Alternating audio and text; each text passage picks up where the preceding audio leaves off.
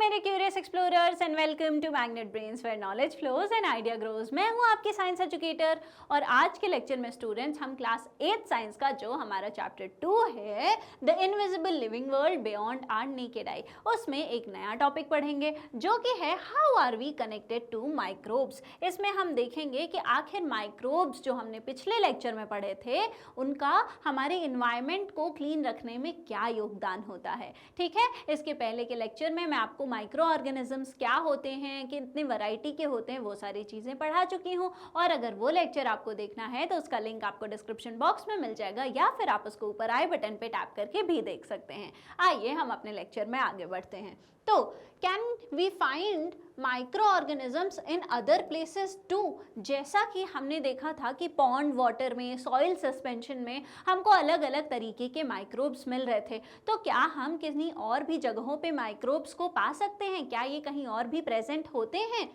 Let's have a discussion. आइए हम एक डिस्कशन करते हैं। Have you ever seen a lemon, tomato, orange और any other food item rot after being left outside for some time? क्या आपने कभी नोटिस किया है कि आपने कोई लेमन या ऑरेंज या टमेटो उसको अगर बाहर छोड़ दिया कुछ दिन तो वो क्या होते हैं? खराब होने लगते हैं, वो रॉट होने लगते हैं। क्या आपने ये चीज़ कभी नोटिस करी है? क्या आपने कभी देखा है कि ऑरेंज जो है अगर आपने उसको कुछ दिन बाहर रख दिया तो वो ऐसा उसके ऊपर जो है ऐसी एक लेयर आने लगती है? क्या आपने नोटिस किया है?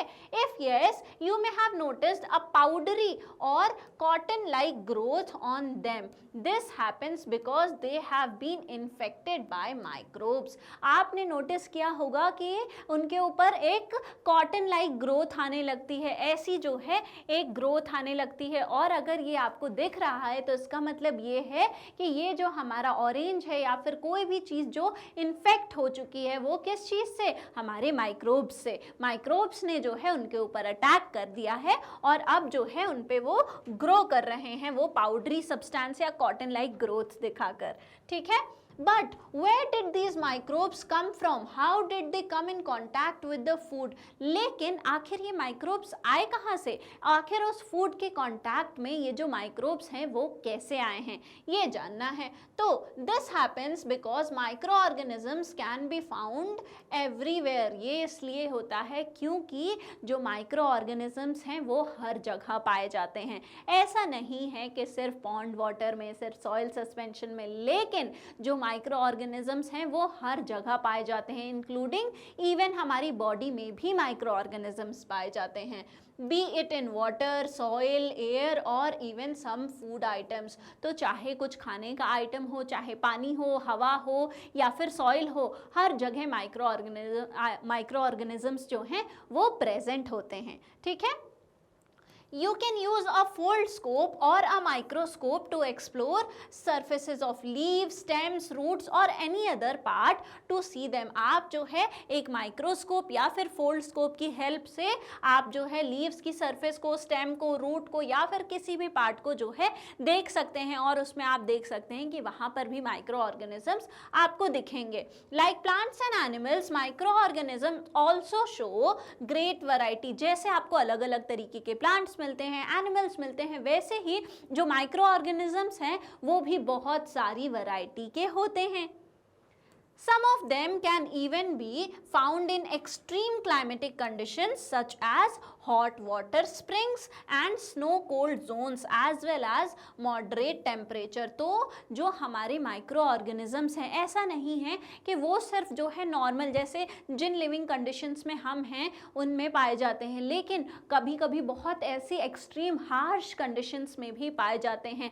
जैसे कि आप देखेंगे तो हॉट वाटर स्प्रिंग्स में भी पाए जाते होंगे, बहुत गर्म जगह, बहुत ठंडी जगह पर भी माइक्रो ऑर्गेनिजम्स जो हैं वो प्रेजेंट होते हैं। साथ ही साथ मॉडरेट टेम्परेचर वाली जगह पर भी आपको माइक्रो ऑर्गेनिजम्स देखने को मिलेंगे। ठीक है, तो माइक्रो ऑर्गेनिजम्स जो हैं वो बहुत वैरायटी के होते हैं, वो हर जगह जो है पाए जाते हैं। You already know some of these organisms live inside our bodies, specially our gut. आपको ऑलरेडी पता है कि हमारे गट में, हमारा जो बॉडी है उसके अंदर भी कुछ माइक्रो ऑर्गेनिजम्स प्रेजेंट होते हैं। मैंने आपको बताया था पिछले लेक्चर में कि ई कोलाई जो है, एस्केरिशिया कोलाई होती है, वो प्रेजेंट होती है हमारे गट में। ठीक है, यू हैव स्टडीड, आपने जो आपका प्रीवियस क्लास थी उसमें क्यूरियोसिटी की बुक में आपने पढ़ा था लाइफ प्रोसेसेस इन एनिमल्स में कि हमारा जो इंटेस्टाइन है वहाँ पर बैक्टीरिया प्रेजेंट होते हैं जो कि डाइजेशन में हेल्प करते हैं। ये हमने पढ़ा था कि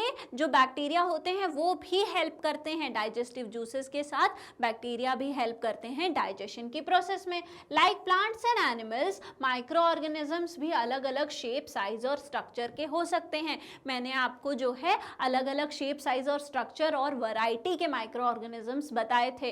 कुछ मैंने एल्गी, फंजाई, बैक्टीरिया, आपको प्रोटोजोआ, ये सारी चीज़ों का स्ट्रक्चर भी दिखाया था और बताया भी था कि इनके जो है कितनी ये वैरायटी के हो सकते हैं। हमने देखा था कि बैक्टीरिया के ही बहुत सारे शेप्स देखने को मिल रहे थे। अमीबा का जो शेप था वो बिल्कुल इरेगुलर था, कोई भी उसका फिक्स शेप नहीं था। तो प्लांट्स और एनिमल्स की तरह ही जो माइक्रो ऑर्गेनिजम्स होते हैं वो भी अलग अलग शेप, साइज और स्ट्रक्चर के हो सकते हैं। तो यहाँ पर एक क्वेश्चन है कि why do organisms not infect pickles और मुरब्बा, जो हमारे घर में अचार या फिर मुरब्बा बनते हैं, आखिर जो माइक्रो ऑर्गेनिजम्स हैं वो तो कितने पुराने होते हैं। आपने देखा होगा लास्ट ईयर का जो आपका अचार घर में है वो अभी तक भी चल रहा होगा। आखिर वो क्यों जो है उनको उन पे माइक्रो ऑर्गेनिजम्स नहीं लग रहे हैं। वेयर एज अगर आपने सपोज रोटी ही बनाई है और उसको कुछ दिन छोड़ दिया वैसे ही, तो उसके ऊपर आपको वो पाउडरी ग्रोथ देखने को मिलेगी। तो आखिर क्यों ऐसा हो रहा है? क्योंकि आप जो है उसमें बहुत सारी स्पाइसेस के साथ साथ सॉल्ट और शुगर भी ऐड करते हैं जो कि प्रिजर्वेटिव्स की तरह काम करते हैं। आपने देखा होगा कि हम जो है स्पाइसेस ऐड करते हैं किसमें, हमारे अचार वगैरह में, मुरब्बा में, उसमें फिर हम बहुत सारी सॉल्ट डालते हैं, शुगर भी डालते हैं। तो ये सारी चीज़ें किसकी तरह एक्ट करती हैं? ये सारी चीज़ें प्रिजर्वेटिव की तरह एक्ट करती हैं, मतलब वो खराब होने से बचाती हैं, मॉइस्चर को जो है नहीं लगने देती हैं, मॉइस्चर अब्जॉर्ब कर लेती हैं। इसलिए अच्छा, ग्रोथ के लिए सबसे फेवरेबल सिचुएशन कौन सी होती है? ग्रोथ के लिए सबसे फेवरेबल जो सिचुएशन होती है वो होती है कि थोड़ी ह्यूमिडिटी हो, थोड़ा मॉइस्चर हो। ऐसी सिचुएशन में जो माइक्रोब्स हैं वो बहुत अच्छे से ग्रो करते हैं। तो यहाँ पर हम क्या कर रहे हैं, हम जो है पिकल्स में स्पाइसेस के साथ साथ बहुत सारा जो है सॉल्ट वगैरह डाल रहे हैं। वो कैसे काम कर रहे हैं? वो मॉइस्चर नहीं आने दे रहे हैं, इसलिए वो प्रिजर्वेटिव्स की तरह काम कर रहे हैं और ख़राब होने से बचाते हैं। तो हाई कॉन्सेंट्रेशन है किसका, सॉल्ट का या फिर शुगर का, वो अलाउ नहीं करते हैं हमारे ऑर्गेनिजम्स को ग्रो करने से। तो ये जो हमारे माइक्रोब्स हैं ऐसी जगह जहाँ पे बहुत सारा सॉल्ट है, बहुत सारा शुगर है, वहाँ पर अलाउ नहीं हो पाते हैं ये ग्रो होना, वहाँ पर इनकी ग्रोथ की सिचुएशन जो है वो फेवरेबल नहीं होती है। इसलिए जो है हमारे जो पिकल्स वगैरह हैं वो क्या होते हैं, ख़राब नहीं होते हैं। ठीक है। How does the diversity of microorganisms play a role in our life? How do they help clean the environment? आखिर ये जो डाइवर्सिटी है, जो हम पढ़ रहे हैं कि माइक्रो ऑर्गेनिजम्स जो हैं वो बहुत वैरायटी के हैं, तो इनका हमारी लाइफ में क्या रोल है? इनका एनवायरनमेंट को क्लीन करने में आखिर क्या रोल है? जो मैंने आपको बताया था कि जो हमारे माइक्रो ऑर्गेनिजम्स हैं वो हेल्प करते हैं एनवायरनमेंट को साफ रखने में। आखिर कैसे करते हैं? आइए एक एक्टिविटी परफॉर्म करते हैं और देखते हैं। तो हमको एक एम्प्टी कंटेनर लेना है और उसको क्या करना है, उसको गार्डन सॉइल से फिल कर देना है। आप देखेंगे तो ये जो आपका वो है फिगर, ऐसा एक कंटेनर लिया, इसमें आधा क्या किया, इसमें आधा जो है हमने सॉइल भर दिया, नॉर्मल गार्डन सॉइल भर दिया। उसके बाद क्या किया कि थोड़े से फ्रूट के, वेजिटेबल्स के जो छिलके थे उनको लाके हमने उस कंटेनर में डाल दिया। उसके बाद उसके ऊपर एक सॉइल की लेयर डाल दी और उसको हमने फिर छोड़ दिया। ठीक है, हमने क्या किया, एक कंटेनर लिया, उसमें मिट्टी डाली, उसमें जो घर में जितने भी छिलके थे, वेजिटेबल्स के थे, फ्रूट्स के थे, वो सब लाके डाल दिया और उसके ऊपर वापस से एक सॉइल की लेयर डाल दी। और फिर उसको 2-3 हफ्तों के बाद हमने आके देखा, तो आप जो चेंज ऑब्जर्व करेंगे वो क्या होगा, आप ऑब्जर्व करेंगे क्या कोई डिफरेंस आपको दिखेगा? जो कंटेनर में आपने चीज़ें डाली थी क्या वो वैसी ही हैं या फिर उनमें कोई आपको डिफरेंस देखने को मिल रहा है? तो you may find that peels of fruit and vegetables have turned into a dark colored material. तो आप देखेंगे कि जो पील्स हैं वो फ्रूट और वेजिटेबल के वो पहले जैसे कलरफुल होते हैं, अब आप अलग अलग अगर फ्रूट्स देखेंगे तो उनका तो अलग अलग कलर होता है, आप देखेंगे वो सब के सब जो हैं अब डार्क कलर के मटेरियल में चेंज हो गए हैं। और इस डार्क कलर के मटेरियल को हम क्या कह रहे हैं, हम मैन्योर बोल रहे हैं। यही जो होता है बहुत नॉर्मल सी भाषा में हम कहते हैं कि खाद बन गए हैं, ठीक है। तो अब ये किस में चेंज हो गए हैं, ये मैन्योर में चेंज हो गए हैं, और ये जो हैं वो बहुत ही न्यूट्रिएंट रिच होते हैं। ये जो मैन्योर्स होते हैं इनमें जो इनकी जो न्यूट्रिएंट होते हैं इनमें बहुत सारे होते, बहुत सारे अच्छे न्यूट्रिएंट्स पाए जाते हैं मैन्योर्स में। और अगर ये न्यूट्रिएंट्स हम जो है सॉइल में मिक्स कर रहे हैं तो सॉइल की फर्टिलिटी भी अच्छी होगी, सॉइल की क्वालिटी अच्छी होगी। तो क्या हुआ, सिर्फ आपने क्या किया, सिर्फ आपने अपने घर का जो वेस्ट पील था, जो छिलके वगैरह थे, सिर्फ वो डाला, वो फिर क्या हुए, उनको माइक्रो ऑर्गेनिजम्स ने ब्रेक कर दिया, उनके ऊपर माइक्रो ऑर्गेनिजम्स ने काम किया और उनको चेंज कर दिया किस में, मैन्योर में। और ये मैन्योर ने क्या किया, इसने सॉइल की जो फर्टिलिटी थी उसको बढ़ा दिया, ठीक है। क्योंकि जो मैन्योर होता है वो न्यूट्रिएंट रिच होता है, उनमें बहुत सारे न्यूट्रिएंट्स पाए जाते हैं और ये सॉइल के साथ मिक्स हो रहे हैं तो सॉइल की भी फर्टिलिटी, सॉइल की भी क्वालिटी को क्या करते हैं, अच्छा करते हैं। But how did the peels of fruit and vegetables turn into manure, लेकिन हमने तो सिर्फ रखा था उसको, आखिर कैसे वो चेंज हो गए मैन्योर में, हमने तो सिर्फ मिट्टी में रखा था, तो चेंज कैसे आया, आइए वो देखते हैं। तो in activity 2.6 you saw that soil contains various kinds of micro organisms. हमने जो एक्टिविटी परफॉर्म करी थी उसमें हमने देखा था कि सॉइल जो है उसमें बहुत सारे जो हैं अलग अलग तरीके के माइक्रो ऑर्गेनिजम्स पाए जाते हैं। हम ये जो है माइक्रोस्कोप के अंदर जो है माइक्रोस्कोप के नीचे रख के अपनी स्लाइड को देख चुके हैं। Some of these micro organisms are fungi and bacteria. तो हमने क्या देखा था सॉइल सस्पेंशन में कि फंजाई मिल रहे थे, बैक्टीरिया मिल रहे थे, एल्गे मिल रहे थे, ठीक है। तो फंजाई और बैक्टीरिया जो है वो पाए जाते हैं और ये दोनों एक्ट करते हैं प्लांट के वेस्ट पे और उसको ब्रेक करते हैं सिंपल न्यूट्रिएंट रिच मैन्योर में। किसमें चेंज कर रहे हैं, न्यूट्रिएंट रिच मैन्योर में। तो फंजाई और बैक्टीरिया ये दो माइक्रोब्स हैं जो कि आपके जो भी प्लांट वेस्ट है, चाहे वो प्लांट की लीव्स हुई, चाहे वो किसी सब्जी के छिलके हुए या फिर आपके फ्रूट्स के छिलके हुए, इन सबको किस में चेंज करते हैं, इन सबको मैन्योर में चेंज करता है। और हमको पता है कि मैन्योर बहुत ही न्यूट्रिटिव, इसकी वैल्यू जो होती है बहुत हाई होती है।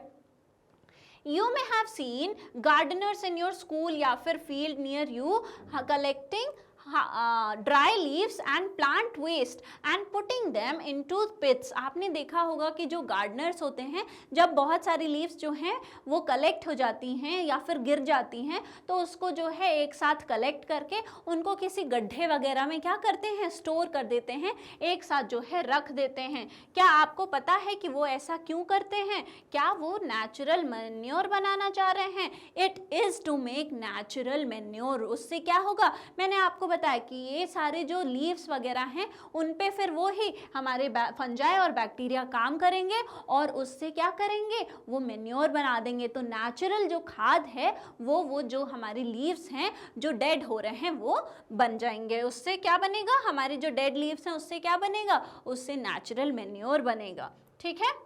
तो आर साइंटिफिक हेरिटेज में आइए हम देखते हैं क्या है।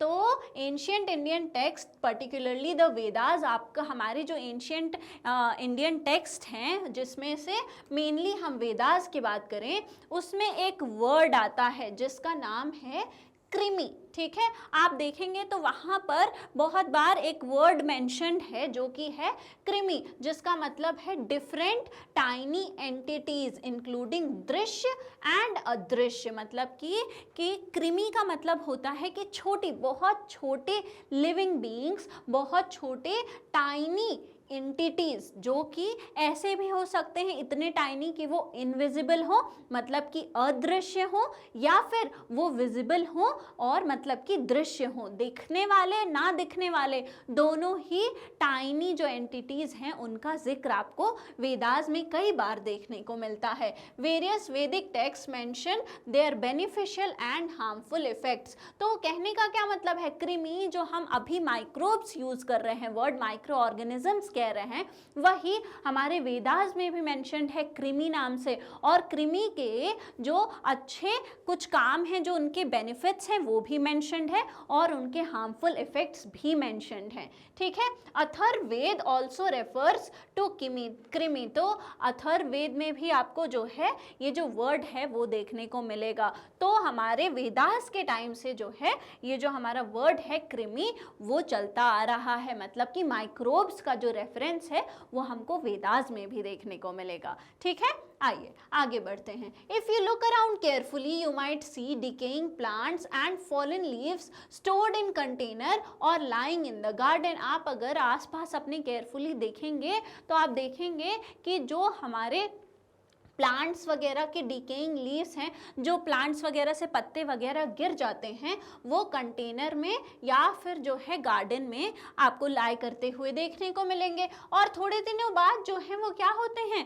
वो वहाँ से गायब हो जाते हैं। पहले तो अगर आपने कहीं जो है लीव स्टोर करके रखा या फिर नॉर्मल पेड़ के नीचे भी गिरे हुए हैं तो थोड़े दिनों बाद वो क्या होते हैं, वो वहाँ से धीरे धीरे गायब होने लगते हैं, वहाँ पे वो नहीं दिखते हैं। जैसे पहले वो फ्रेश दिख रहे थे अब वो पत्ते वहां पर नहीं दिखते हैं। This is because microorganisms break down and turn them into simpler substances rich in nutrients। क्यों होता है ऐसा, क्योंकि वो मैन्योर में चेंज हो जाते हैं।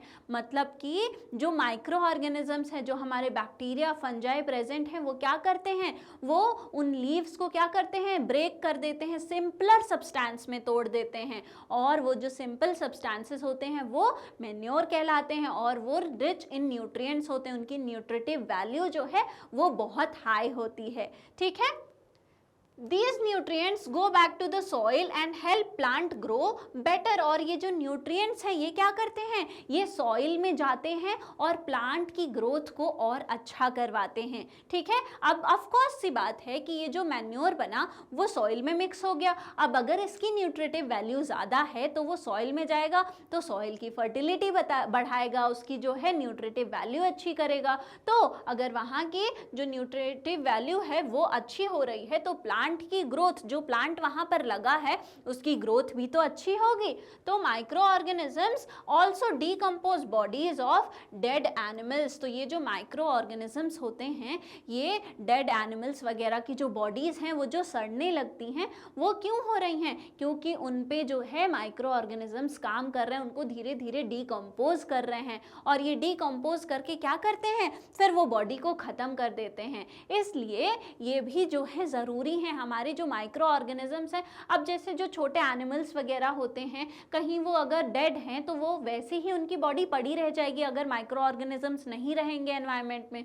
तो ये जो हैं वो एनवायरनमेंट को क्लीन करते हैं। कैसे, वो जो डेड बॉडी है उसको जो है ये डिकम्पोज करके धीरे धीरे ख़त्म कर देते हैं। ठीक है, तो डेड और डिकेइंग जो बॉडीज़ हैं उन पे भी हमारे जो माइक्रो ऑर्गेनिजम्स हैं वो काम करते हैं। तो माइक्रो जो ऑर्गेनिजम्स हैं वो रिसाइकल करने में हेल्प करते हैं वेस्ट को और इम्पॉर्टेंट न्यूट्रिएंट्स जो हैं उनको वापस से नेचर में पहुंचाते हैं। ठीक है, जो फर्टाइल सॉइल बन रहा है उसको क्या करें, मैन्योर से उसकी फर्टिलिटी को जो है वापस से लौटा रहे हैं। तो रिसाइकल करते हैं किसको, जो हमारे वेस्ट मटेरियल है उनको वापस से रिसाइकल करके एक अच्छे फॉर्म में जो है वापस से नेचर को देते हैं। ठीक है, तो इस तरीके से हमारे जो माइक्रोब्स हैं वो बहुत ही बेनिफिशियल होते हैं हमारे लिए। ठीक है, Manure formation occurs at optimal temperature and appropriate moisture level। तो moisture का जो level है वो भी एक appropriate level का होना चाहिए और साथ ही साथ जो temperature है वो भी appropriate होना चाहिए। बहुत high temperature में microbes sustain नहीं कर पाते हैं, बहुत ही low temperature में microbes sustain नहीं कर पाते, वो inactivate हो जाते हैं। तो इनको काम करने के लिए moisture, temperature सब जो है appropriate इनको मिलना होना चाहिए, तब जाके जो हमारा माइक्रोब्स हैं वो काम कर पाते हैं अच्छे से, वो जो है डिकम्पोज अच्छे से कर पाते हैं जो चीज़ें हैं उनको, और उसके बाद मैन्योर का फॉर्मेशन वो करवाते हैं। ठीक है, Isn't it interesting? By now you must have understood that microbes, bacteria and fungi decompose the plant and animal waste into simpler nutrient-rich substances. Manure, returning nutrients to soil, recycling. क्या ये अब आपको interesting नहीं लग रहा है कि जो हमारे माइक्रोब्स हैं जैसे कि बैक्टीरिया और फंजाई, उन्होंने क्या किया, उन्होंने प्लांट्स का जो वेस्ट मटेरियल था, जो हमारे डेड डिकेइंग जो हमारी एनिमल्स की बॉडी थी, उसको क्या किया, उसको डिकम्पोज करा, और उस वेस्ट को, जो अब बॉडी जो है डेड हो गई है, वो अब क्या करेगी, वो तो वेस्ट हो गई, जो पत्ते पेड़ से गिर गए हैं वो भी वेस्ट हो गए हैं, तो इन वेस्ट मटेरियल्स को वो क्या कर रहे हैं, सिंपल फॉर्म में जो है डिकम्पोज कर रहा है, मतलब कि तोड़ रहा है और उनको न्यूट्रिएंट रिच सब्सटेंसेस में चेंज कर रहा है। तो ये जो न्यूट्रिएंट रिच सब्सटेंसेस हैं वो क्या हैं, उनको हम मैन्योर बोल रहे हैं, और ये मैन्योर की जो न्यूट्रिटिव वैल्यू है वो बहुत ज़्यादा होती है, और इसी वजह से जो हमारे सॉइल की न्यूट्रिटिव वैल्यू है वो भी बढ़ जाती है। तो न्यूट्रिशन वापस से सॉइल में जो है जा रहा है, तो इसको हम क्या कह रहे हैं कि रिसाइकलिंग हो रही है, सॉइल का न्यूट्रिशन वापस से सॉइल को मिल गया। ठीक है, जो सॉइल से न्यूट्रिशन हमारे प्लांट ने लिया था और उसने ग्रोथ करी थी, वो वापस से उसने क्या करी, सॉइल को लौटा दी, तो रिसाइकलिंग हमको देखने को मिली। तो क्या ये जो साइकिल है ये आपको इंटरेस्टिंग लगी? बिल्कुल, ये बहुत ही इंटरेस्टिंग चीज़ है, कैसे छोटे से माइक्रोब्स जो हैं हमारे नेचर को जो है क्लीन रखने में हमारी हेल्प करते हैं, ये ऑफ कोर्स इंटरेस्टिंग तो है ही। And guess what, these helpful bacteria can also decompose animal waste like dung. अब जैसे जो एनिमल वेस्ट होता है, जो काउ डंग वगैरह है, या फिर और जो एनिमल्स का एक्सक्रीटा है, उसको भी जो हमारे माइक्रोब्स हैं वो क्या करते हैं, ये जो बैक्टीरिया हैं वो डिकम्पोज कर सकते हैं। ठीक है, तो इस तरीके से भी ये क्या कर रहे हैं, एनवायरनमेंट को क्लीन कर रहे हैं। Now think what would have happened if micro organisms did not exist on earth. अब आप सोचिए कि अगर माइक्रो ऑर्गेनिजम्स जो हैं वो अर्थ पे एग्जिस्ट नहीं करते तो फिर आखिर क्या होता, तो बहुत ज़्यादा प्रॉब्लम आ जाती। ऑफ कोर्स जो पत्ते हैं वो वैसे के वैसे पड़े रहते, जो वेस्ट मटेरियल है वो वैसा का वैसा ही पड़ा रहता, वेस्ट मटेरियल का जो है पाइल लगने लगता। साथ ही साथ अगर कोई डेड बॉडी है तो वो डेड बॉडी वैसी की वैसी पड़ी रहती, वो डेड ही रहती, उसको जो है डिकम्पोज ही करने वाला कोई नहीं होता। तो जो वेस्ट मटेरियल हैं उनको जो है उनका न्यूट्रिटिव फॉर्म तो छोड़िए, वो तो वैसे के वैसे ही पड़े रहते, वेस्ट का कलेक्शन बहुत ज़्यादा हो जाता, तो अर्थ पे टोटली जो है बैलेंस नहीं बन पाता, इम्बैलेंस हो जाता। इसलिए जो हमारे ये माइक्रोब्स हैं, जो माइक्रो ऑर्गेनिजम्स हैं, वो बहुत ही ज़्यादा जो है हेल्पफुल होते हैं। ठीक है, अब अ स्टेप फर्दर में आज हम आइए बायोगैस के बारे में पढ़ लेते हैं। ठीक है, माइक्रोब्स जो हैं वो सोर्स होते हैं बायोगैस का भी, बायोगैस भी प्रोड्यूस करने का सोर्स होते हैं हमारे माइक्रोब्स। ठीक है, मैनी ऑर्गेनिजम्स जैसे कि बैक्टीरिया, फंजाई जो हैं वो ऑक्सीजन फ्री एनवायरनमेंट में रहते हैं। ऐसे एनवायरनमेंट जहाँ पर ऑक्सीजन नहीं है वहाँ पर भी जो है ये सर्वाइव कर सकते हैं। Some of these bacteria have the ability to decompose plant and animal waste present in the environment और हाउसहोल्ड वेस्ट वाटर। तो हमारे पास ऐसे भी बैक्टीरियाज हैं जो कि जिनके पास एबिलिटी है कि वो क्या करें, वो प्लांट या एनिमल वेस्ट जो कि एनवायरनमेंट में प्रेजेंट है या फिर जो हमारे घरों से वेस्ट निकल कर आ रहा है उसमें प्रेजेंट है, उसको क्या करें, डिकम्पोज करें, उसको जो है सिंपलर फॉर्म में तोड़ सकने की इनके पास कैपेबिलिटी होती है। ड्यूरिंग द प्रोसेस, इस डिकम्पोजिशन की प्रोसेस में ये जो डिकम्पोज करने की जो प्रक्रिया है उसमें रिलीज करते हैं ये बहुत सारे गैसेस, जिनमें आपको कार्बन डाइऑक्साइड भी देखने को मिलेगा कि ये कार्बन डाइऑक्साइड गैस रिलीज कर रहे हैं। लेकिन जो सबसे ज़्यादा रिलीज होती है, जो हाई प्रोपोर्शन है एक गैस के रिलीज होने का, वो गैस है मीथेन गैस। ठीक है, मैंने आपको बताया था कि इसको नेचुरल गैस भी कहते हैं, ये है मीथेन गैस। और इस मीथेन गैस को आप जो है यूज़ कर सकते हैं एज फ्यूल, जो आपको थोड़ी बहुत लाइटिंग में काम आ सकती है, आपको कुकिंग में, हीटिंग में, ये सारी चीज़ों में जो है ये मीथेन गैस हेल्प करती है।